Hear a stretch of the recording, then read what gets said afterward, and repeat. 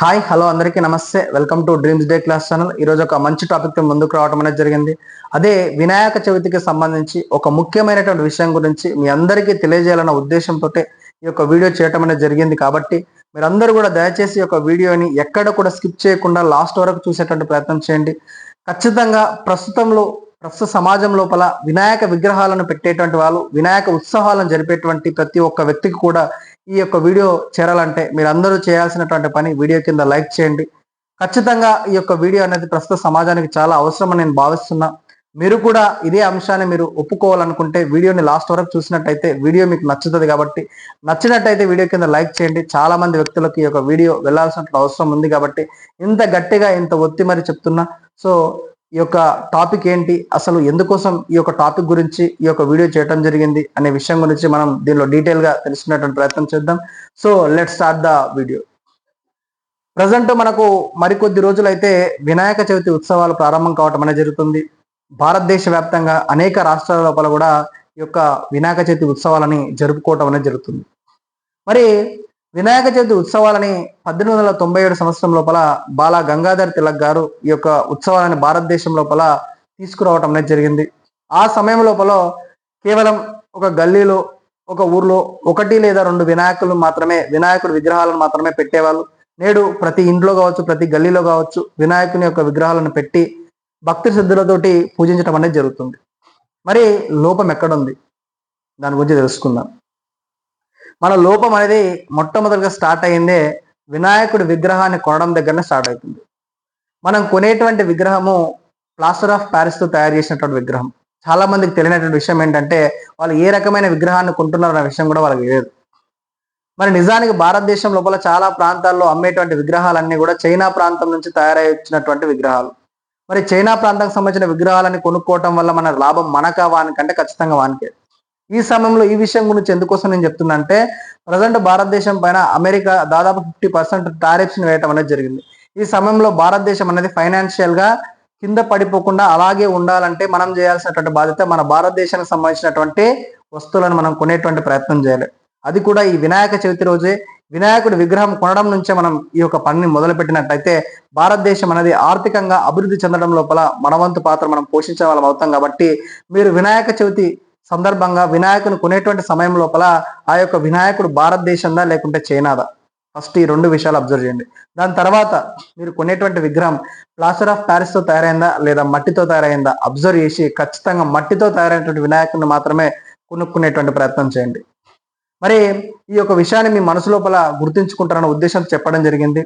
మీరు అందరికీ ఉండేటువంటి ఆలోచన ఏంటంటే, ఒక గల్లీలో వినాయకుని పెడితే వాళ్ళకంటే అందంగా, వాళ్ళకంటే ఎత్తుగా ఉండే విగ్రహాన్ని పెట్టాలన్న ఉద్దేశం ప్రతి ఒక్క వ్యక్తిలో ఉంటుంది. కాబట్టి మీరు అలా ఆలోచించకుండా సమాజానికి, పర్యావరణానికి బాగు చేసేటువంటి ఆలోచనతోటి మీరు ముందుకు వెళ్ళినట్టయితే మీరు కూడా దేశభక్తిని కలిగినటువంటి వ్యక్తులుగా మారే అవకాశం ఉంటుంది.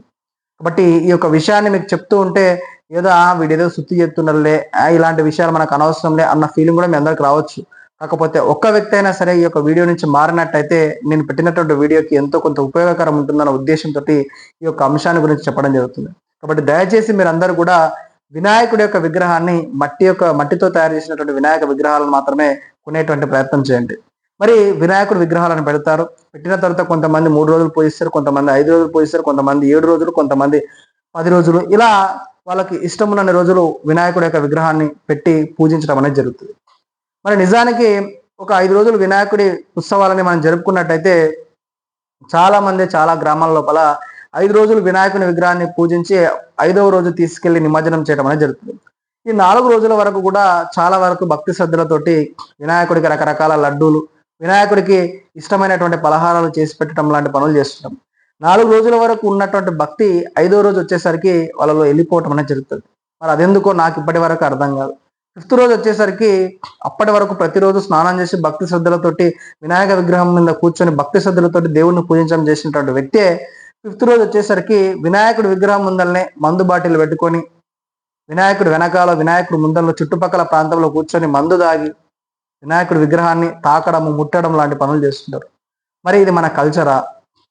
మన వినాయక ఉత్సవాలు అనేవి ఈ విధంగా జరిగేవి అసలు?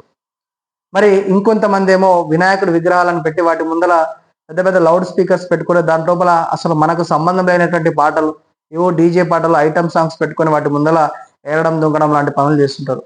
మరి వినాయక ఉత్సవాలు అంటే ఈ విధంగానే జరగాల? ఇది చాలా వరకు తప్పు. నువ్వు 4 రోజుల పాటు ఎంత నియమనిష్టలతోటి వినాయకుడిని పూజించావో, 5వ రోజు అంతకంటే ఎక్కువ నియమనిష్టలతోటి వినాయకుడిని పూజించాల్సిన బాధ్యత మన పైన ఉంది. ఈ విషయం గురించి ఇప్పుడు మీకు అందరికీ చెప్తే మీరు ఎవరు మారరు. కాకపోతే ఒక్క వ్యక్తి అయినా మారుతారన్న ఉద్దేశంతో ఈ యొక్క అంశాన్ని నేను చెప్పదలుచుకున్నాను. ఇప్పటికే సమాజంలో చాలా మంది వ్యక్తులు మారటం అనేది జరిగింది. వాళ్ళు వినాయక ఉత్సవాలు చివరి రోజు చాలా వైభవంగా అందంగా జరుపుకుంటున్నారు. ఎలా అంటే చివరి రోజు ప్రతి ఒక్క మండపం దగ్గర వాళ్ళందరూ కూడా ఏవైతే డబ్బులు వాళ్ళు ఖర్చు పెడదాం అనుకున్నటువంటి డీజేల పైన, లేదంటే ఇంకా వినాయకుడికి సంబంధించి పెద్ద విగ్రహాన్ని కొందామనే విషయం లోపల వాళ్ళు ఏవైతే డబ్బులు ఖర్చు పెడదాం అనుకున్నారో అలాంటి వాళ్ళందరూ కూడా ఒక చిన్న విగ్రహాన్ని కొనుక్కొని 5 రోజుల పాటు నియమనిష్టలతోటి పూజలు చేసి 5వ రోజు ఎవరైతే పేద ప్రజలు ఉంటారో అలాంటి వాళ్లకు అన్నదాన కార్యక్రమాలు నిర్వహిస్తున్నారు. ఎవరైతే అనాథ బాలికలు ఉంటారో వాళ్ళకు సంబంధించినటువంటి బట్టలను కొనించడం కావచ్చు, లేదంటే అలాంటి వాళ్లకు కావాల్సినటువంటి వసతి సౌకర్యాలు ఏర్పాటు చేయడం లాంటి పనులు కొన్ని రకాల వినాయక మండపం వాళ్ళు చేయటం జరుగుతుంది. ఇలాంటి మంచి పనులు చేస్తే ఆ వినాయకుడి యొక్క ఆశీస్సులు మన పైన ఉంటాయి.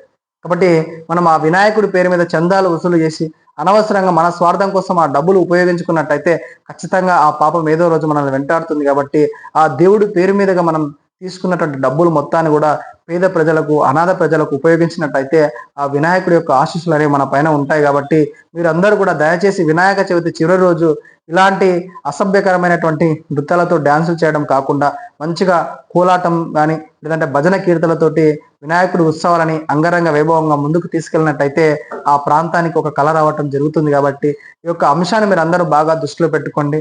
వినాయక ఉత్సవాలు అనేవి మన హిందువులకు సంబంధించి మనం వైభవంగా జరుపుకునేటువంటి పండుగలు.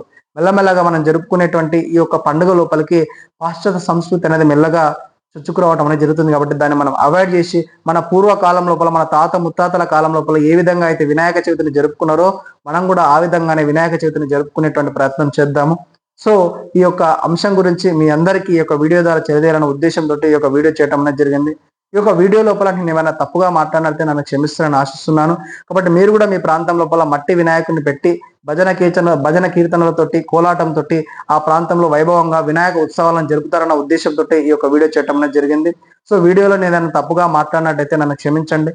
ఈ యొక్క వీడియో మీ అందరికీ నచ్చినట్టయితే ఖచ్చితంగా వీడియో కింద లైక్ చేయండి. ఈ యొక్క వీడియో అనేది వినాయక చవితి, వినాయక ఉత్సవాల్లో పాల్గొనేటువంటి ప్రతి ఒక్క వ్యక్తి దగ్గరికి చేరాలంటే మీరు అందరూ చేయాల్సినటువంటి పని వీడియో కింద లైక్ కొట్టడం మాత్రం మర్చిపోకండి.